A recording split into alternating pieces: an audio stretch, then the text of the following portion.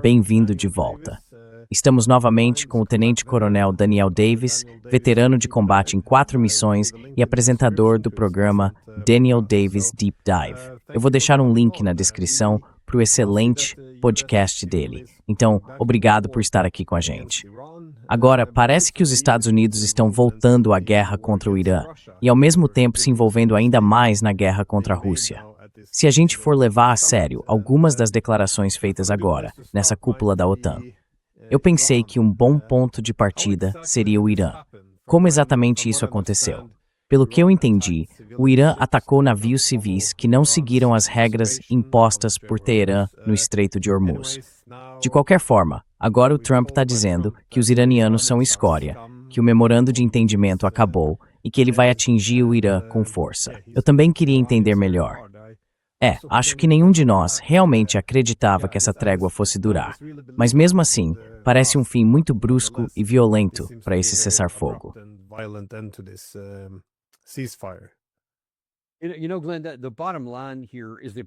Sabe, Glenn, o ponto aqui é que o presidente Trump não faz ideia do que está fazendo. E ele realmente não sabe. E eu não estou dizendo isso de forma pejorativa. Estou usando as próprias palavras dele e observando o que está acontecendo. Ele se colocou numa situação da qual não consegue sair e não sabe como sair. Todo o poder de barganha que ele usava antes para conseguir o que queria, para pressionar, coagir, ameaçar as pessoas, o que fosse, funcionou até agora. E ele não sabe como agir quando, de repente, todas essas coisas que sempre deram certo, não só para ele, mas também para outros presidentes antes dele, começam a perder efeito.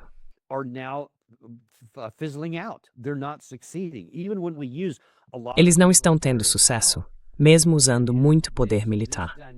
E essa situação ficou bem clara ontem à noite no Air Force One.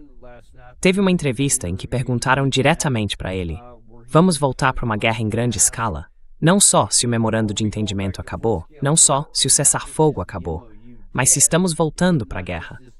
E a resposta literal dele, as primeiras palavras que saíram da boca dele foram: eu não sei. Eu não sei. Mas ele completou dizendo que se voltássemos seria fácil, só que seria mais sangrento. E ele continua falando depois disso. Mas a resposta inicial dele, como comandante em chefe das Forças Armadas dos Estados Unidos, o homem que nos levou para essa guerra, mostra que ele não sabe o que fazer agora.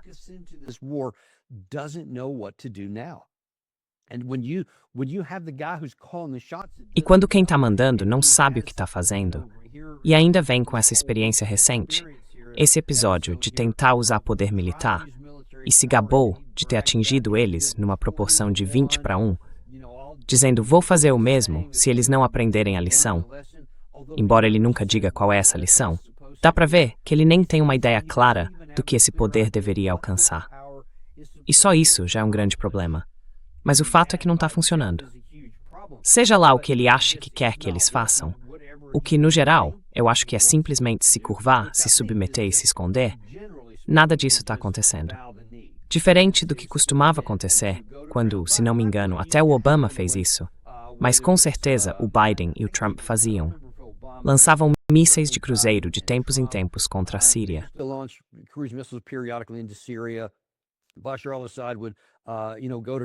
O Bashar al-Assad se esconderia ou simplesmente não reagiria. E eu acho que era isso que eles esperavam aqui também, que acontecesse da mesma forma. Olha o que aconteceu na Venezuela. O Trump vive falando disso. A gente teve uma grande operação militar, toda feita para televisão, com um monte de gente morta, helicópteros, vídeos impressionantes, fogo ao fundo, tudo muito performático. Mas nada daquilo tinha a ver com capturar de fato Maduro. Aquilo foi coordenado internamente e poderia ter sido feito num nível bem menor. Só que ele queria o espetáculo para a TV, e conseguiu. Deu certo, foi rápido, sem baixas, tudo limpo. É assim que ele acha que as coisas devem funcionar. Só que dessa vez o roteiro não está sendo seguido, porque não está dando certo. Então, o que será que ele vai fazer agora?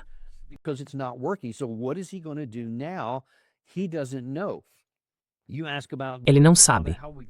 Você pergunta como a gente chegou a esse ponto. Isso aqui é mais um exemplo do motivo pelo qual estamos numa situação tão difícil, tanto aqui quanto na guerra entre Rússia e Ucrânia, porque a gente não quer fazer o trabalho duro da diplomacia. Quando conseguimos aquele memorando de entendimento, levou, sei lá, desde o dia 8, 9 ou 10 de abril por aí, até ser finalmente assinado, acho que em 17 de junho. Ou seja, pouco mais de um mês para assinar um documento de 14 pontos, que, aliás, nunca foi um acordo, embora o presidente Trump usasse muito essa palavra. Na verdade, era só um marco inicial, um ponto de partida para começar as negociações que levariam a um acordo de verdade que teria acabado com a guerra.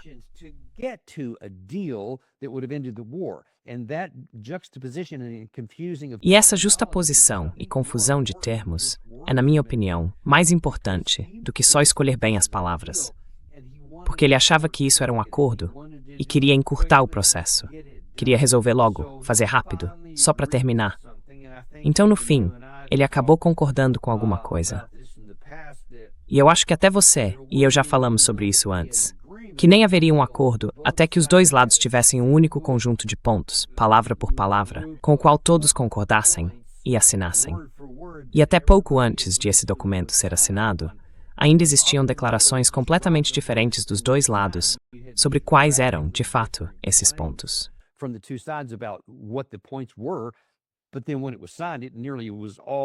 Mas aí, quando o acordo foi assinado, praticamente tudo ficou do jeito que o lado iraniano vinha falando. E é aí que está o problema que a gente enfrenta agora. O ponto número 5 trata de quem controla o Estreito de Hormuz. Nesse ponto, há muita margem para interpretação. E aí começa o primeiro problema. Porque a gente estava com tanta pressa para concluir o acordo, para pelo menos conseguir que os dois lados assinassem, que acabou ficando ambíguo. E esse é o primeiro ponto de atrito. No texto, está escrito que o lado iraniano vai determinar a passagem segura pelo Estreito de Hormuz e que não vai cobrar nenhuma taxa por 60 dias.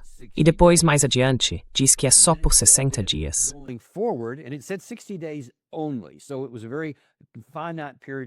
Então foi um período de tempo bem limitado. E o restante daquele parágrafo dizia que o Irã e Omã determinariam o rumo futuro. O lado iraniano foi bem claro, tanto antes da assinatura quanto depois, que voltariam a como taxa no dia 61, e nunca disseram nada diferente disso. Bom, o Irã interpretou aquele parágrafo número 5 como dizendo que eles definiriam as funções administrativas, que estabeleceriam as regras, e disseram, certo, aqui estão as nossas regras. Vocês têm que seguir esse procedimento aqui. Precisam obter essa autorização, essa aprovação, preencher essa papelada ou o que for. E aí sim, este é o caminho que podem seguir.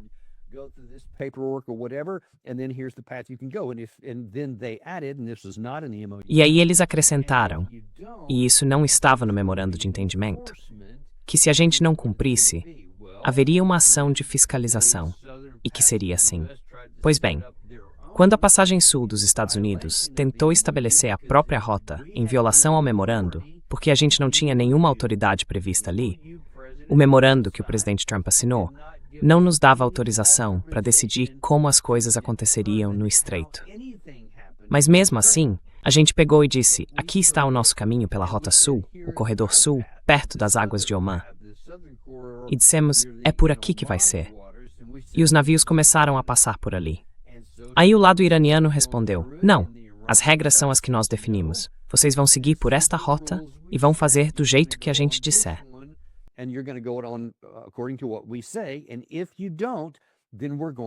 E se vocês não fizerem isso, então a gente vai abrir fogo.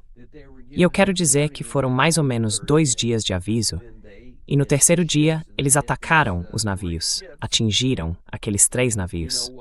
E você sabe o que aconteceu depois disso. Então a gente interpretou aquilo, e o Comando Central, no seu primeiro comunicado no dia 7 de julho, disse que aquilo era uma resposta ao Irã por violar o cessar-fogo, por violar os termos do memorando de entendimento, e que continuaríamos atacando até que eles voltassem a cumprir o acordo, ou algo nesse sentido. Mas existem 2 interpretações bem diferentes do mesmo parágrafo, que ficou ambíguo. Agora aqui está o problema pra gente.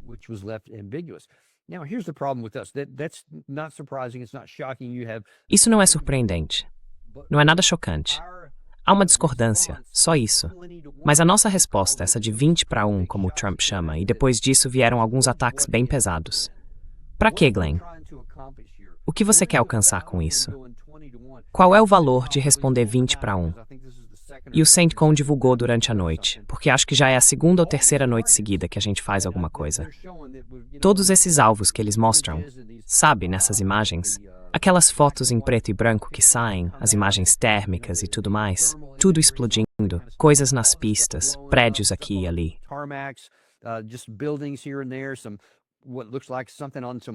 Parece que tem alguma coisa na água, ou perto dela. O que é aquilo? Para que serve? Vocês estão tentando ser punitivos, tentando prejudicá-los, para que não façam o que o memorando de entendimento permite, que é decidir como. Eu nem sei direito o que estamos tentando alcançar aqui. Mas o efeito está sendo exatamente o oposto. Porque o lado iraniano veio a público e disse, e isso foi por meio de uma das agências oficiais deles, a FARS, se não me engano, que há um projeto de lei no parlamento que pode retirar o país do Tratado de Não Proliferação Nuclear, o TNP, e que eles podem mudar a doutrina nuclear deles.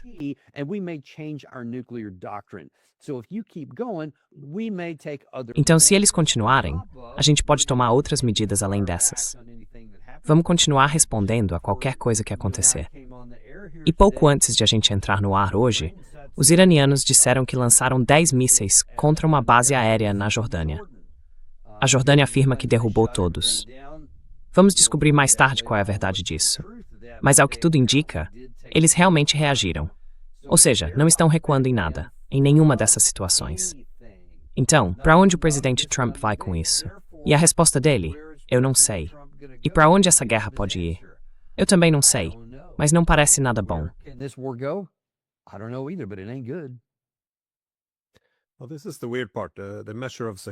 Olha, essa é a parte estranha. A forma como Washington parece medir o sucesso é tipo, veja quantas pessoas matamos, ou quanto estrago causamos. Porque, de novo, isso até faria sentido se fosse uma guerra de desgaste, em que você vai enfraquecendo o adversário aos poucos. Mas, mais uma vez, o ponto central para os iranianos é que eles exigem segurança. E se você enfraquece demais a segurança deles, aí sim surge a necessidade de ter armas nucleares como dissuasão final. Também passa a fazer sentido ter um controle mais firme sobre o Estreito de Hormuz para moldar uma estrutura de segurança regional. Então, como você disse, parece algo bem contraproducente.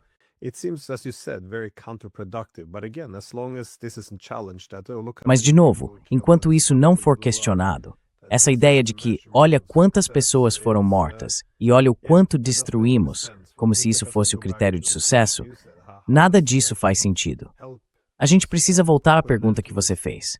Como exatamente isso ajuda a acabar com esse conflito? Porque parece que, se o objetivo é fazer o outro lado sangrar ou esgotá-los, não é qualquer coisa que você precisa destruir. Imagino que sejam, por exemplo, os ativos ali no Estreito de Hormuz. Não sei bem como isso seria feito, mas quem está esgotando quem nesse momento? E o Trump também comentou que talvez a gente pudesse tomar a ilha de Karg.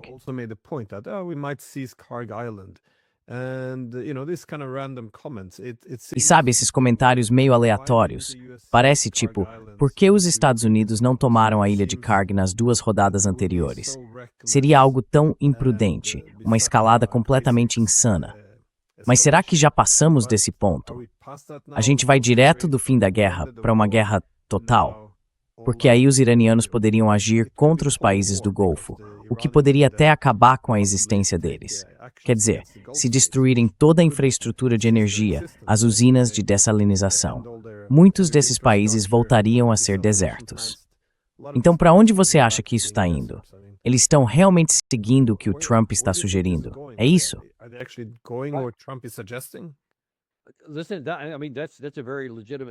Olha, essa é uma pergunta muito legítima, porque foi o presidente Trump quem levantou esse assunto. Foi ele quem falou especificamente sobre usinas de dessalinização e que eles poderiam mirar no petróleo da ilha de Karg. E ele mesmo disse algo como, talvez eu queira tomar isso para mim, palavras do presidente Trump. Isso só aumenta ainda mais a preocupação do lado iraniano de que essa não é uma luta simbólica, mas sim uma questão existencial, e que talvez a gente tenha que lutar até o fim. E veja, o tempo não está a nosso favor aqui. Eu acho que, enquanto o presidente Trump não sabe bem o que está fazendo, o lado iraniano sabe. E não acredito que tenha sido uma ação aleatória, que por acaso acabou virando uma resposta militar quando eles começaram a atirar naqueles navios.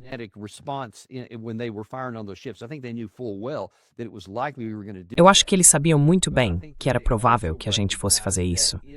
Mas também acho que eles entendem que se o presidente Trump fizer isso e for longe demais, isso dá aos iranianos toda a justificativa de que precisariam para atacar todos aqueles alvos nos países do Golfo e em Israel.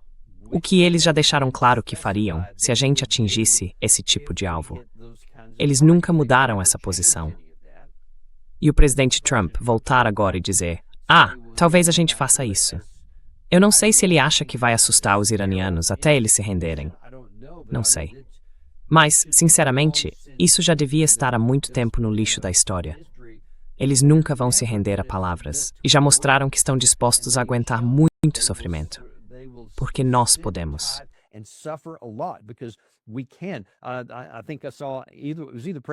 Eu acho que eu vi, foi, ou o presidente Trump ou alguém do Departamento de Defesa ontem, vazou que os Estados Unidos estão considerando, se esses ataques de mensagem aqui não tiverem funcionado nessas primeiras rodadas, o próximo alvo pode ser cidades iranianas. E olha, isso é simplesmente um crime de guerra. É direto assim. Você não pode dizer, tudo bem, agora vamos fazer uma incursão punitiva e começar a atacar cidades iranianas. Isso não tem nada a ver com capacidade militar, não tem nada a ver com controle do Estreito de Hormuz. É só causar sofrimento à população e tentar pressionar o governo, atingindo o próprio povo. Isso é literalmente um crime de guerra, claro e direto, preto no branco.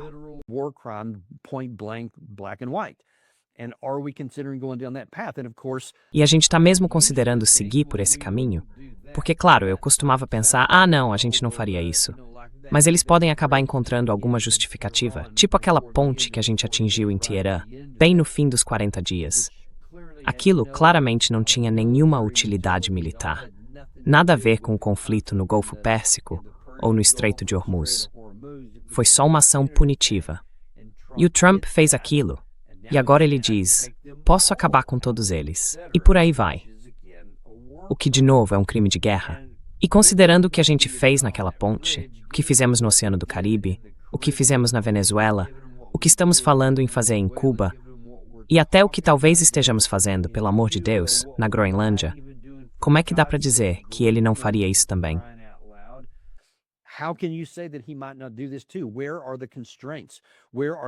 Onde estão os limites? Onde está o equilíbrio de poder dentro do governo dos Estados Unidos? Onde estão os freios e contrapesos? Sumiram. Antes era a Constituição, a separação de poderes entre o artigo 1, o artigo 2, o executivo, o judiciário e o legislativo. Isso existia. Agora não existe mais. Antes era a Lei dos Poderes de Guerra de 1973. Também acabou. Antes era a moralidade. Essa também se foi. Então, eu não duvido que ele faria algo assim. E olha, me diz o que você acha. Eu nem consigo imaginar um cenário em que a gente amplie esse conflito e comece uma ofensiva punitiva, matando civis em cidades do Irã que não têm nenhuma relação com a guerra.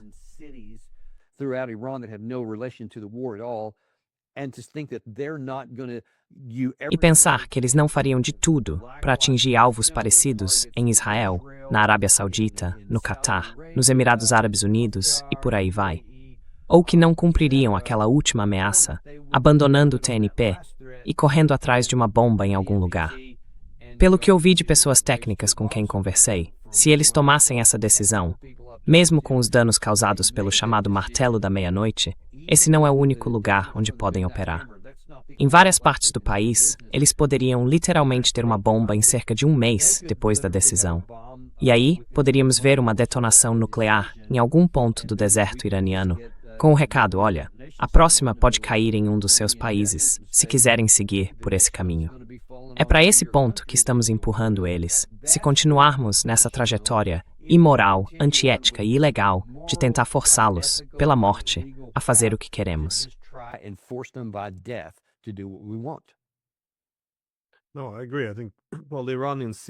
Não, eu concordo. Acho que os iranianos veem isso como uma ameaça existencial. Então eles vão subir todos os degraus dessa escada de escalada.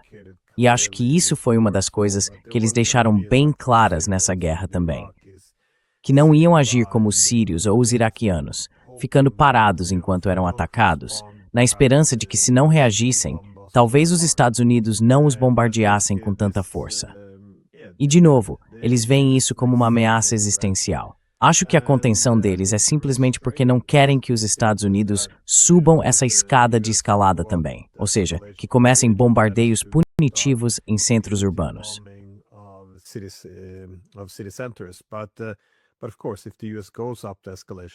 Mas é claro que se os Estados Unidos subirem mais um degrau nessa escalada e fizerem isso, não há motivo para que os iranianos se contenham também.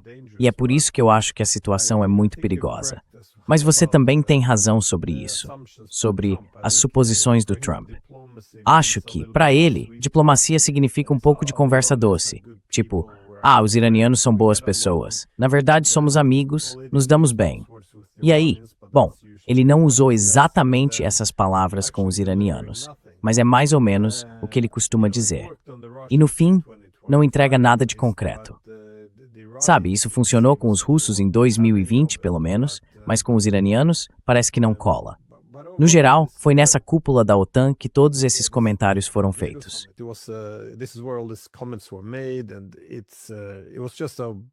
E foi estranho, comentários bem agressivos que estavam surgindo. O Trump ia tirar a Síria da lista de países que patrocinam o terrorismo, o que é bem curioso, considerando que agora os Estados Unidos colocaram líderes da Al-Qaeda no poder na Síria. E aparentemente, esse é o momento em que eles querem remover o país da lista de patrocinadores do terrorismo. Ele chamou os espanhóis de pessoas terríveis. Quis impor um bloqueio econômico contra eles. Com os dinamarqueses, claro, fez ameaças, falou em tomar território, vive brigando com a Meloni, basicamente chamando ela de perseguidora. E ainda tem essa briga com o Starmer. Tudo isso parece tão imprudente e sem propósito.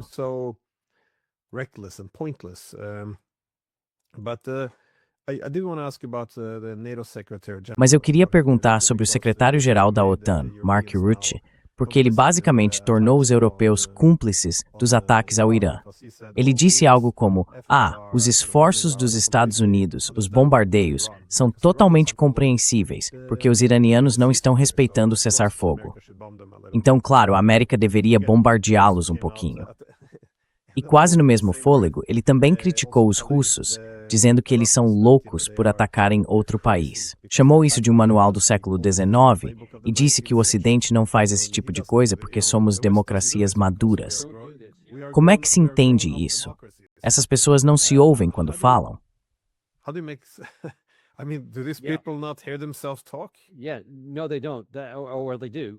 They don't care. Não, eles não se importam. Ou até se importam, mas no fim das contas não ligam. A elite europeia, ou melhor, a elite ocidental, porque eu não posso excluir o nosso lado dessa conversa, abandonou qualquer base moral real. Para ser direto, a gente não tem mais um fundamento moral para o que faz. Antes a gente dizia que tinha. E claro, nunca aplicamos isso totalmente a nós mesmos. Mas tentávamos, de certa forma. Em muitos casos, mais ou menos, a gente ainda se guiava por esses princípios morais, por certos limites nas nossas ações. Havia um ponto até onde a gente ia. Fazíamos muita coisa obscura, escondida, em pequena escala. Mas agora, essa fachada caiu.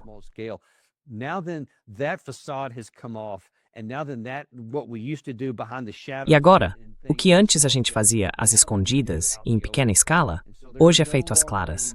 Então, já não existem mais limites morais. Não estou falando de nenhuma religião específica.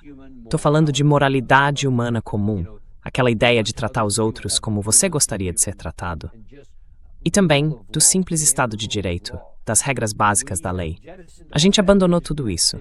E não só nos Estados Unidos, mas na Europa também. No lugar disso, o que colocamos foi pura política de poder.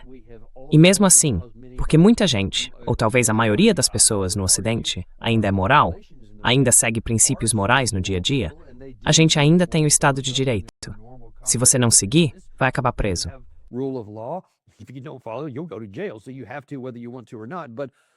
Então, você tem que fazer isso, queira ou não.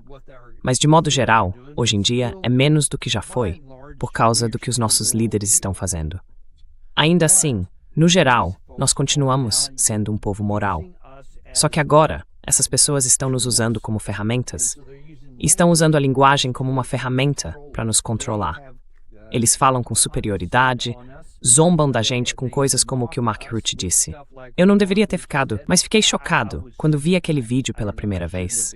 Porque, de um lado, ele diz que tudo o que fizemos contra o Irã é perfeitamente justo, mesmo tendo violado todo tipo de lei que você possa imaginar, até o bom senso.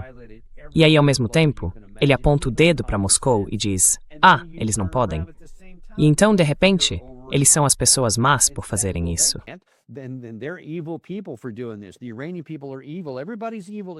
O povo iraniano é mau. Todo mundo é mau, menos o Irã. Nós, e tudo o que quisermos fazer, estamos certos por definição. E tanto faz se existe lei ou separação de poderes. Isso não importa. Se a gente quiser fazer, a gente faz. E eu vou mentir para você, vou tentar te convencer de que estamos certos e de que eles são maus. Então merecem o que acontece. Não importa o que as leis digam. Pelas nossas ações, por definição, estamos certos. E eles, por definição, estão errados. Não importa o que tenha sido, nem se uma coisa contradiz a outra. Não olhe por trás da cortina. Não pense sobre isso. Só ouça o que eu estou dizendo. Acredite e haja de acordo. Porque Glenn é o seguinte.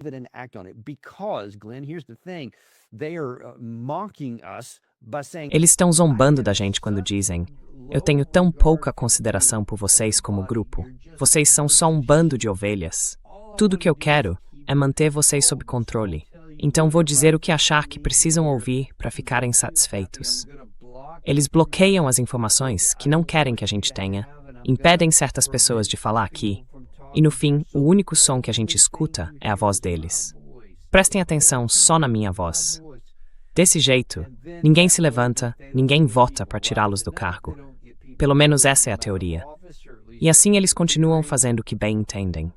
E eu não consigo imaginar que essas pessoas inteligentes e instruídas não percebam essas contradições e simplesmente não se importem com elas.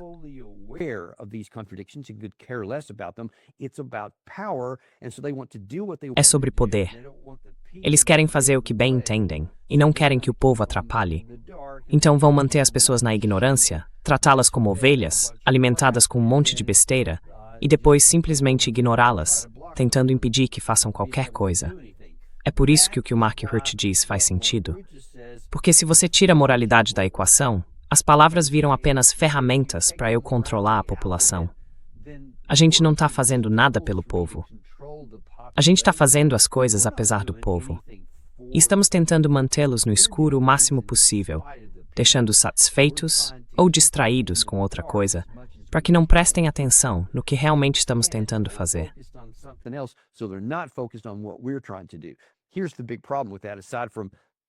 O grande problema com isso, além da questão moral e do que isso leva uma população a fazer, é que historicamente simplesmente não funciona. No fim, você acaba desmoronando e causando um enorme prejuízo a si mesmo. Mas o ponto mais importante agora é que isso não vai funcionar, porque os iranianos estão cansados disso.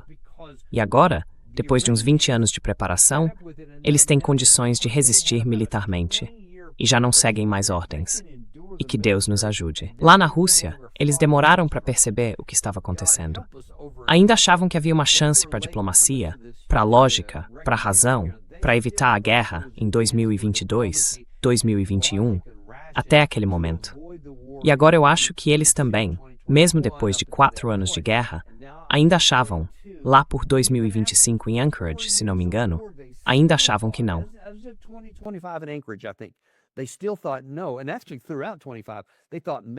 Na verdade, ao longo de 25, eles ainda achavam que talvez conseguissem fazer isso funcionar. Mas eu acho que agora, finalmente, eles também perceberam e adotaram a nossa visão de que só o poder vai funcionar aqui. E é por isso que isso é tão perigosamente catastrófico para todos nós neste momento. Porque se o Irã continuar resistindo e não ceder mais a esses ataques, e começar a responder com os próprios, e se os russos passarem de vez para o lado que diz, agora a gente vai reconhecer as novas regras, não é mais o Estado de Direito, nem a ordem internacional baseada em regras como a gente costumava seguir, agora é só poder. Certo? Essas são as regras. Então vamos jogar de acordo com elas. E isso significa que nós também vamos começar a usar o poder de formas que nunca tínhamos usado antes. E é assim que começa uma terceira guerra mundial. Had before either, and that's how you get World War III. Well, Trump used to warn about this. I mean, when he met Olha, with Zelensky, o Trump the costumava Oval alertar Office, sobre he isso. told Zelensky Quando ele se encontrou exactly com o Zelensky no Salão Oval, ele disse exatamente o que você mencionou. Ele falou: "Você está brincando com a Terceira Guerra Mundial." Mas agora, avançando um pouco no tempo, no ano seguinte, a gente vê na cúpula da OTAN ele defendendo que a Ucrânia possa conseguir uma licença de fabricação para os mísseis Patriot. Ele chegou a comentar, de forma bem casual, que poderíamos implementar uma zona de exclusão aérea. O Marco Rubio, por exemplo, destacou que estão acontecendo ataques profundos dentro do território russo, e aliás com armas da OTAN, baseadas em informações de inteligência da própria OTAN, e dizem que isso ajudaria a facilitar a paz. A gente também ouve esses comentários constantes sobre o artigo 5, porque, na minha opinião, eles sabem que a Rússia vai retaliar. E aí precisam dessa garantia de que os americanos vão ajudar os europeus.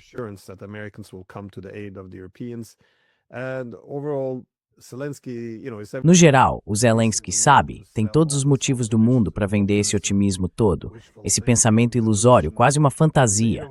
Mas a OTAN parece tão ansiosa para comprar essa ideia também.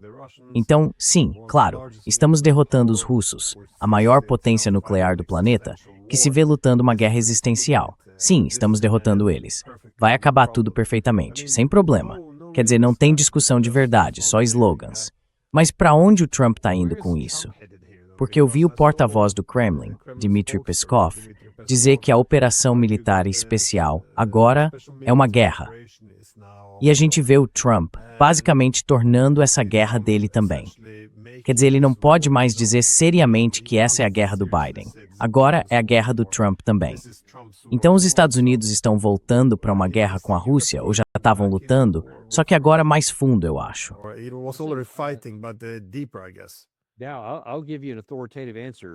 Agora, eu vou te dar uma resposta autoritativa, vinda de ninguém menos que o presidente dos Estados Unidos. Eu não sei. Ele não sabe o que vai fazer na guerra com o Irã. Ele não sabe o que vai fazer na guerra com a Rússia. Porque não existe uma saída racional que não o faça parecer um perdedor. E isso parece motivá-lo mais do que quase qualquer outra coisa, porque ele não quer abrir mão do resgate, que tem sido meu argumento o tempo todo. E até hoje, mesmo com tudo o que aconteceu desde então, essa ainda é, eu não diria a melhor, porque isso não seria preciso, a menos pior de todas as opções na mesa agora.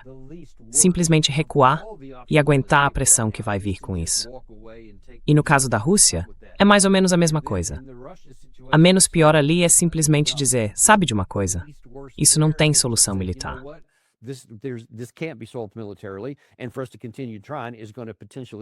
E se a gente continuar tentando, isso pode acabar se espalhando para a Europa. E aí entra o artigo 5, ou qualquer coisa parecida com isso. Não importa o que aconteça, mesmo que seja algo quase como o artigo 5, a gente pode acabar num conflito continental, que também não tem como vencer. Então a única coisa que dá para fazer é encerrar isso. E eu vou parar todo o meu apoio ao lado da Ucrânia se, e eu sei que para muitos apoiadores isso soa quase como uma heresia, mas me escutem, porque é a coisa racional e lógica a se fazer.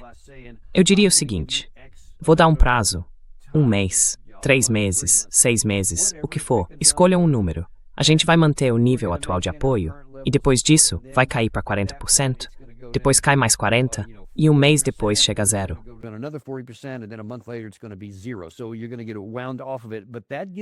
Então, vocês vão se desligar disso aos poucos, mas isso dá um tempo, com a situação atual, para tentar fechar o melhor acordo possível com Moscou. E vai ser ruim para vocês.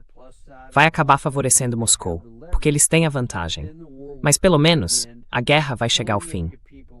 A matança do seu povo vai parar. Vocês ainda vão manter o que conseguirem negociar em termos de controle do seu lado. E talvez isso nem inclua o Volodymyr Zelensky. Pode ser que essa seja uma das exigências, e vocês vão ter que estar dispostos a aceitar isso. Mas é algo que eles precisam resolver. O presidente Trump pode simplesmente dizer, estamos fora disso, e com isso mandar um sinal também para Bruxelas, para Berlim, para Paris, para Londres e por aí vai, de que, olha pessoal, isso aqui é inviável. Hey, folks, this is undoable. And obviously, he'll be saying all this behind the scenes too. Obviamente, ele vai dizer tudo isso também nos bastidores, antes de qualquer coisa ser anunciada publicamente. E vai dizer algo como: olha, não importa o que a gente quer. O que importa é o que a gente pode fazer e o que a gente não pode fazer. E o que a gente não pode fazer é vencer do nosso jeito. Então vamos evitar entrar numa guerra que a gente não tem como ganhar, porque isso pode ser catastrófico. Pode ser uma guerra nuclear. A gente pode perder milhões de pessoas e todo mundo vai sair perdendo, seja qual for o custo que você imagine para essa guerra. Esse tipo de plano europeu de se afastar, por pior que pareça, e sim, seria muito ruim, ainda é nada comparado a ignorar tudo isso e continuar nesse caminho, que pode levar a uma destruição catastrófica para todos nós. To potential catastrophic destruction for us all. That's logical. That's what he should do. Faz sentido. É isso que ele deveria fazer. Mas não é o que ele vai fazer, porque eu acho que ele não tem capacidade para isso. Assim como agora lá em Teherã, ele tá meio perdido, tentando entender o que fazer e lançando alguns mísseis só para ganhar tempo, torcendo para que apareça alguma coisa que permita vencer sem ter que admitir derrota. Acho que ele está fazendo a mesma coisa aqui, porque ainda tem essa mentalidade de empurrar o problema com a barriga, deixar para depois, até sair do cargo. Sei lá, algo assim. Porque ele não percebe que as condições mudaram e que o Irã, a Rússia e todo mundo mais também estão prestando atenção nisso.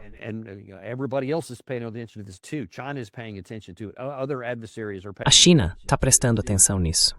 Outros adversários também estão. E eles percebem o quanto o nosso poder é limitado, como ficou claro no Irã, nos primeiros 40 dias, quando vimos tudo o que não conseguimos fazer, mesmo com toda a nossa força aérea e naval. Isso expôs a nossa fraqueza, a nossa capacidade industrial e tudo mais. Tudo isso ficou escancarado. Então, Glenn, não existe uma boa saída para nada disso. Nenhuma. A gente só precisa encontrar a forma menos destrutiva de sair dessa e torcer para conseguir sobreviver, lutar, reconstruir e nos reorganizar para um outro momento que nos permita seguir em frente. Se não fizermos isso, é bem provável que a gente acabe tropeçando numa terceira guerra mundial.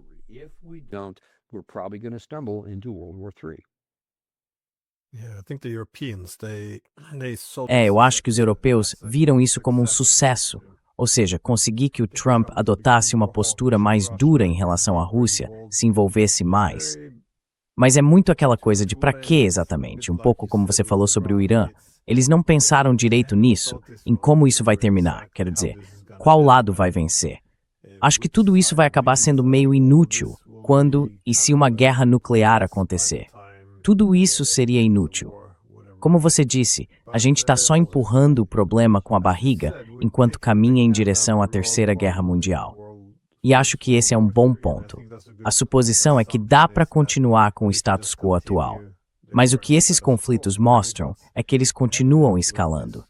E também as mensagens que são passadas, porque agora que o Trump disse que o memorando de entendimento com o Irã acabou, é exatamente o que os linha dura iranianos diziam.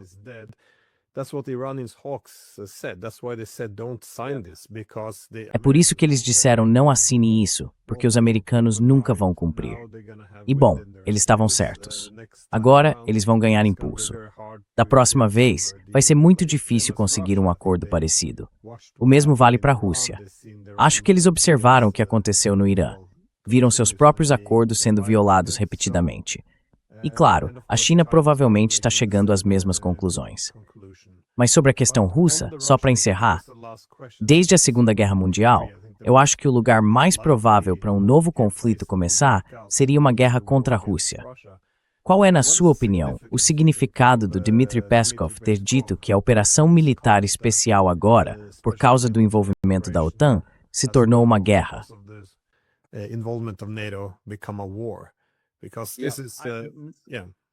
Porque é o seguinte, eu já perguntei para várias pessoas que falam russo e recebi respostas bem diferentes.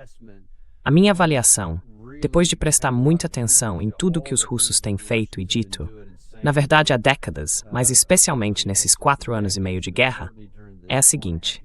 Eu percebo que como eles deram tanta importância a isso antes, e até recentemente, há cerca de 1 ano, Você deve lembrar, acho que foi no fim do ano passado, o próprio presidente Putin disse algo como: olha, vocês precisam entender que isso não é uma guerra, é uma operação militar especial. Porque, segundo ele, se fosse uma guerra, isso significaria um monte de outras coisas.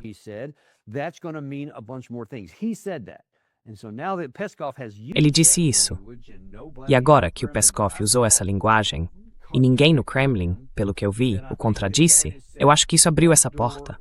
Não está totalmente aberta, mas está se abrindo. E eu acho que eles estão dizendo: tudo bem, agora vamos explorar para onde estamos indo e o que podemos fazer aqui. Pode ser que estejamos no meio de um processo de mudança.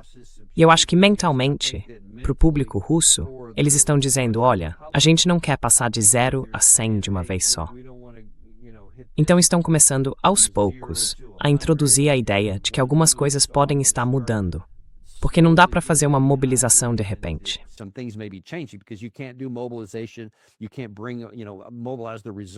Você não pode, sabe, mobilizar as reservas e tudo mais, até ter uma guerra. Você não consegue mobilizar totalmente a economia sem uma guerra. E por aí vai.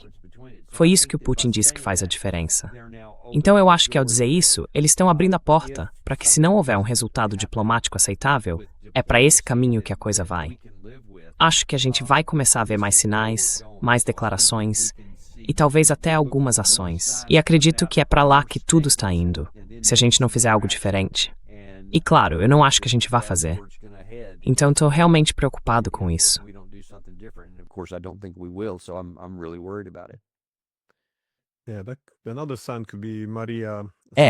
Outro sinal pode ser a Maria Zakharova. Ela comentou que os estonianos basicamente foram pegos por estarem envolvidos nos ataques a São Petersburgo. Eu acho isso muito interessante. Quer dizer, todo mundo já sabia disso, mas assim que os russos confirmam oficialmente que sabem, isso coloca uma pressão enorme sobre o governo para realmente fazer alguma coisa a respeito. Por que você admitiria que a pequena Estônia está te atacando? Por que admitir isso se você não está pronto para reagir? Então, o fato de eles agora reconhecerem publicamente o envolvimento profundo da OTAN em atacar a Rússia, destruir território e infraestrutura russa, matar russos, mostra que a OTAN está envolvida nisso.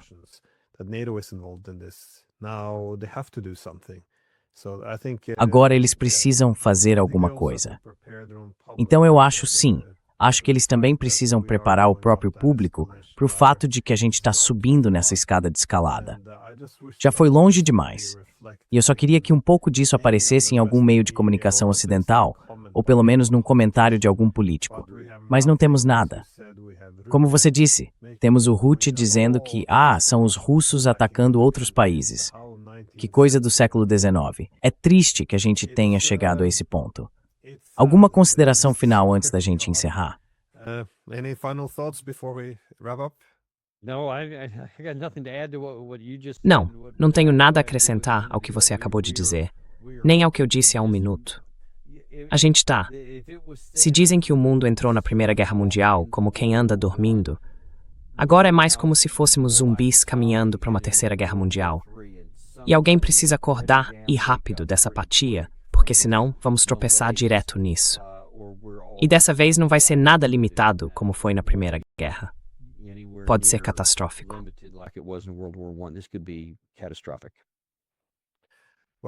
Bem, Tenente Coronel Davis, muito obrigado pelo seu tempo. E vamos torcer por dias melhores. Vamos torcer. Muito obrigado, Glenn Giesing.